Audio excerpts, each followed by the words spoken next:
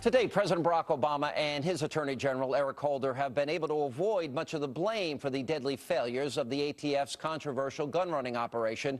But as new details continue to emerge, the spotlight of the scandal is beginning to shine the light on the highest levels of the United States government, including the Justice Department and the White House. The American people deserve prompt and complete answers to the questions surrounding this operation. Letting guns walk is not something that is acceptable. This is one of the most shameful moments, I think, in our government's history. This is one of the saddest days in my 6 months in Congress. Special Agent Newell, what were you thinking?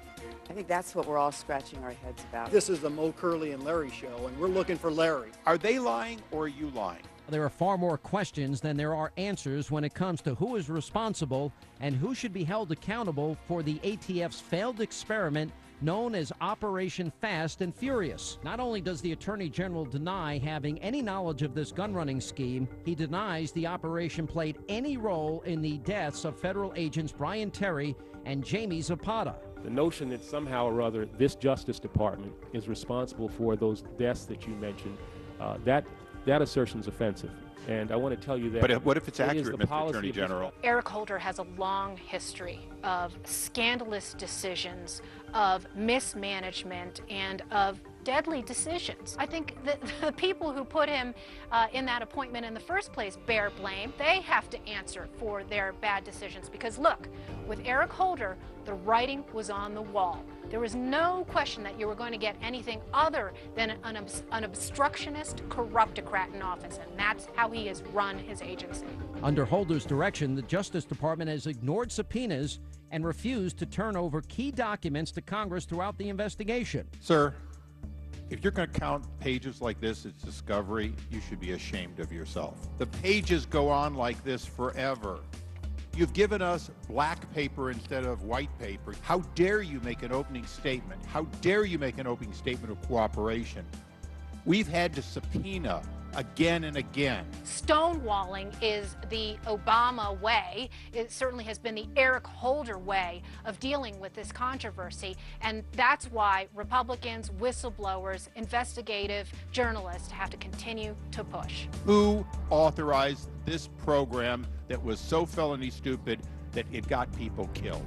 The chairman of the House Oversight Committee, California Republican Darrell Issa, has been one of Eric Holder's most outspoken critics. The Justice Department continues to withhold key information and has inappropriately interfered with this investigation. Let me be clear.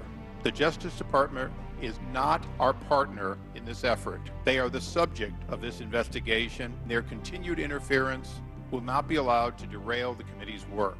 A House Oversight Committee report describes in great detail the type of interference being encountered by investigators. Quote, DOJ leadership denied allegations that gunwalking occurred in Fast and Furious by adopting an overly narrow definition of the term.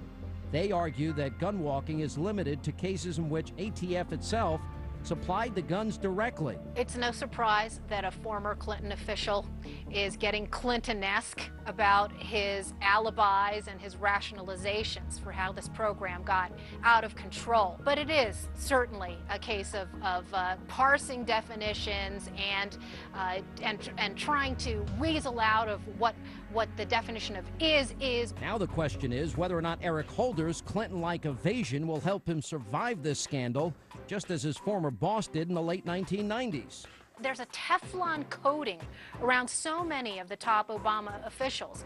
And I think the question is for the American people. Will you allow that coating to stand after you know what's going on with the scandal, after you know the hell that Brian Terry and his family had to go through? And when people decide in 2012 who they want running the White House, they will get to decide if they want somebody like President Obama who put Eric Holder in place. But we may not need to wait until 2012 because now even the White House's knowledge of and involvement in Fast and Furious is being exposed. On July the 26th, for the very first time, ATF special agent in charge, Bill Newell, revealed that he had informed a top national security official at the White House about the operation back in September 2010. Isn't it a little bit unusual for a special agent in charge of an ATF field division to have direct email contact with the national security staff at the White House? He's a friend of mine. How many times did you talk to him about this case? The specifics of this case, I don't think I had one specific conversation with him about the specifics of this case. Could you take the word specific out and answer the general? Did you talk to him about this case?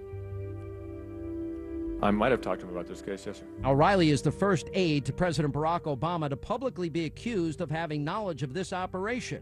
But what remains unclear is whether or not he shared this information with anybody else inside the White House.